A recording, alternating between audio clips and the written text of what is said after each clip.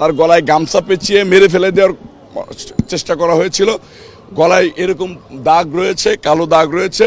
দুলাভাই এবং দুলাভাইয়ের বাবা দুজনে মিলে এই শিশু বাচ্চাকে ধর্ষণ করেছে এবং তার শরীরের বিশেষ অঙ্গগুলোতে ছিঁড়ে ফুঁড়ে ফেলেছে, কেটে কেটে তছনছ করে দিয়েছে।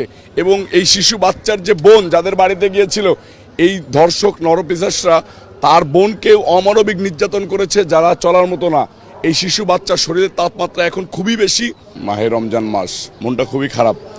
আমরা কালকে যখন বাচ্চাটা মাগুরার থেকে ফরিদপুর মেডিকেলে আনলো, ফরিদপুর মেডিকেলে আনার পরে এই বাচ্চাদের পারিবারিক অবস্থা এতই খারাপ যে তারা অ্যাম্বুলেন্স করে ঢাকাতে নিয়ে আসবে সেরকম প্রেক্ষাপট নাই। আমি যখন শুনতে পাওয়ার সাথে সাথেই অ্যাম্বুলেন্সের টাকা পাঠিয়ে দিয়ে অ্যাম্বুলেন্স করে এনে এখানে ভর্তি করেছি। কালকে সারা রাত আমরা এখানে ছিলাম। আমরা এটার জন্য রাস্তায় আন্দোলন বের করছি, 24 ঘন্টার আলটিমেটাম দিয়েছিলাম প্রশাসনকে। 2টা আসামি গ্রেপ্তার হয়েছে, তাতেও মনটা ক্ষান্ত হচ্ছে না। আমরা এই যে শিশু বাচ্চা আসিয়াকে এখন দেখতে গিয়েছিলাম, এই বাচ্চাটা আইসিইউতে আছে এখনও। স্বাভাবিকভাবে মানুষের জ্ঞানের মাত্রা যেটা 15 থাকে, এই শিশু বাচ্চার জ্ঞানের মাত্রা এখন 8-এ আছে। মৃত্যুর সাথে পাঞ্জা লড়তেছে মুমূর্ষ অবস্থায়। তার অপারেশনগুলো হয়েছে কিন্তু তার এখনও জ্ঞান ফেরে নাই। ডাক্তার আশঙ্কাজনক অবস্থায় আছে। তার মা এবং পরিবারের সবাই ভেঙে পড়ছে। আমরা সান্ত্বনা দেওয়ার চেষ্টা করতেছি।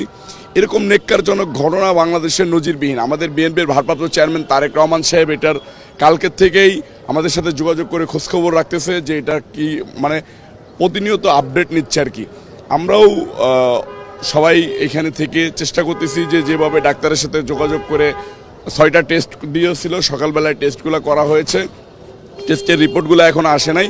কিছুক্ষণের ভিতরে রিপোর্ট আসলে আমরা জানতে পারবো, কিন্তু বাচ্চারা এখনো জ্ঞান ফেরে নাই। বাচ্চা মুমূর্ষ অবস্থায় আছে।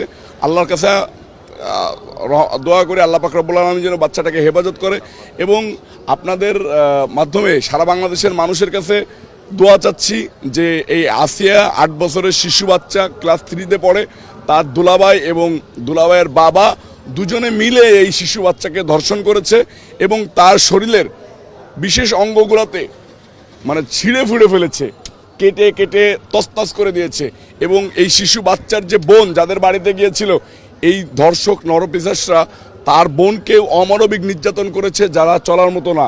এই শিশু বাচ্চার শরীরের তাপমাত্রা এখন খুবই বেশি, জ্বর আর কি, যেটা বলা যাচ্ছে। শরীরে এই জ্ঞানহীন অবস্থাতেই তার শরীরে প্রচণ্ড পরিমাণে জ্বর। চিকিৎসকরা বলতেছে যে ভাই, যেহেতু শিশু বাচ্চা, তার গলায় তাকে মেরে ফেলা দেওয়ার জন্য চেষ্টা করা হয়েছিল। এরকম দুর্ঘটনা ঘটানোর পরে, ধর্ষণের মতো দুর্ঘটনা ঘটানোর পরে তার গলায় গামছা পেঁচিয়ে মেরে ফেলে দেওয়ার চেষ্টা করা হয়েছিল।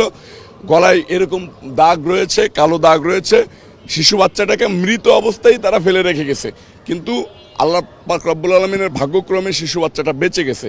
এখানে নিয়ে আসছে, এখনও ডাক্তার খুবই আশঙ্কা অবস্থার ভিতরে আছে। মেয়েটার বড় বোনকে, এটা আসলে একটা প্যাথেটিক ব্যাপার। আমরা জানতে পেরেছি যে এই মেয়েটার বড় বোনকে এই যে শ্বশুর এর আগে ধর্ষণ করেছে, কিন্তু গরিব মানুষ, সংসার টিকিয়ে রাখতে হবে, সেটার কারণে এরা আর মুখ খুলে নাই, কথাবার্তা বলে নাই। এইবার এই শিশু বাচ্চা গিয়েছিল তার বোনের বাড়িতে বেড়াইতে যাওয়ার পরে এরকম একটা ঘটনা ঘটাইছে। এর মেয়ের দুলাভাই এবং শ্বশুর দুজনকে গ্রেপ্তার করা হয়েছে।